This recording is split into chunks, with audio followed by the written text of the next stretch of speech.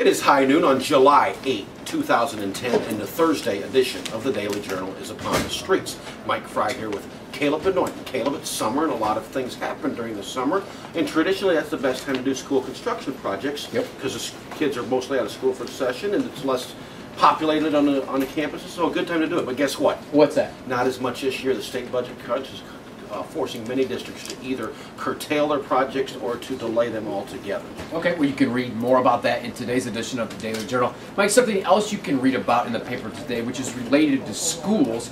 On the Our World page, we have a story about a Massachusetts high school. They found something interesting in a school locker there. Yeah, janitor opens a locker and there's a 3-foot python in there. Caleb, I don't like it, okay? To quote the Jim Stafford song, I don't like spiders and snakes. And you know what else I don't like? What's that? Rats. A big old rat you see in the city with those tails, those rings on their tail. I hate them. Mike, I don't know much about snakes. Is a python more dangerous than like a rattlesnake or any other kind of snake? My understanding is a rattlesnake can kill you by biting you and a python can kill you by squeezing you, strangulating you. So I guess I'd take my chances with the python thinking I can keep my distance from it. Yeah, I don't want to deal with either one. You can read this story in today's paper. In the meantime, let's check in with Tyler Yonke.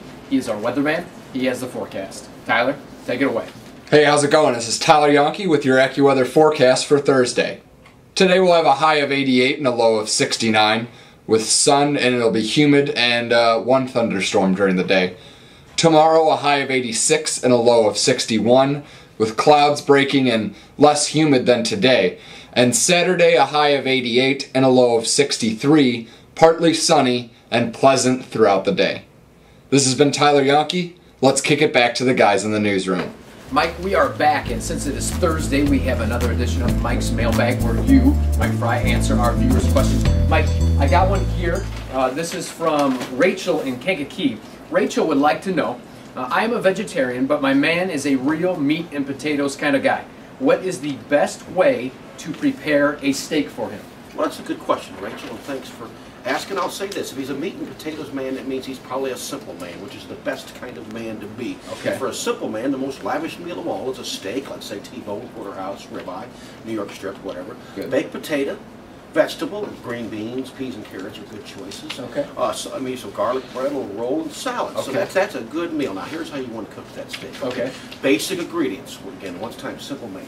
You want a little extra virgin olive oil. Okay. And there we got something. Okay, you take that oil and you brush it lightly on both sides of the steak. Don't douse it on there, lightly, okay? And just enough so it doesn't totally stick to that grill. Okay. Then here are the best seasonings known to man. Again, they're simple. Okay. Sea salt, that's the best seasoning. Look, there's hardly any in there. I use it so often. Okay, you take that sea salt, you grind it on one side of that steak, you take that black coarse pepper, you grind it on there, and you take your thumb and kind of use your thumb. Embed it in there. You don't want to pierce that steak with a fork because I read that lets the juices out of the meat. You don't want to do that. So bed it down in there. Do the other side the same way. You can leave it in the refrigerator overnight. That's fine. But really, within the hour, you can cook it if you choose to. Okay. Got to cook that steak on a charcoal grill. Okay. Don't mess with that oven. Get it out on that grill. Okay. Get the nice white hot coals and you throw it on there. Okay. And you're watching it for a while and you're keeping tabs on it, and then you're looking to kind of bubble up a little bit on one side, kind of a grayish or a purplish type bubble. Okay, that's the time to turn it. And hopefully it sticks. You got the olive oil on there so it doesn't fall apart. Right. But you hope it sticks a little bit because you want it to be nice and seared and have kind of a little blackened effect on there. Okay, I like mine medium well. Me too. So, maybe up to 10 minutes on one side, and then you turn that thing over, and you don't have to cook the second side as well. 7 or 8 minutes? 7 or 8 minutes, voila, you got it. You get that steak on that plate. Like I said, the potato, the vegetable, the roll, the salad. I mean, I might even step out and have a little wine, a little Merlot. Mike, you are more sophisticated than I thought. Yeah, well, it might be Boone's Farm, too. Oh, I take it. But that is the way to cook a steak, okay?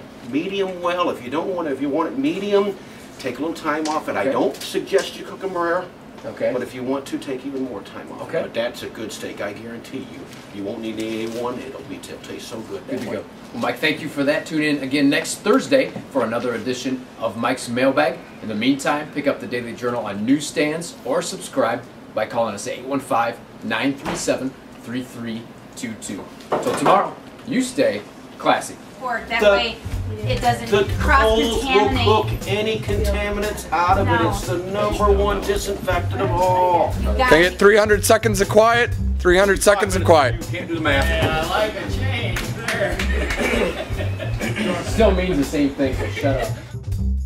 I thought there was an S. I'm like, dude. I have bad penmanship, You write in all capital letters, too. Yes. Okay.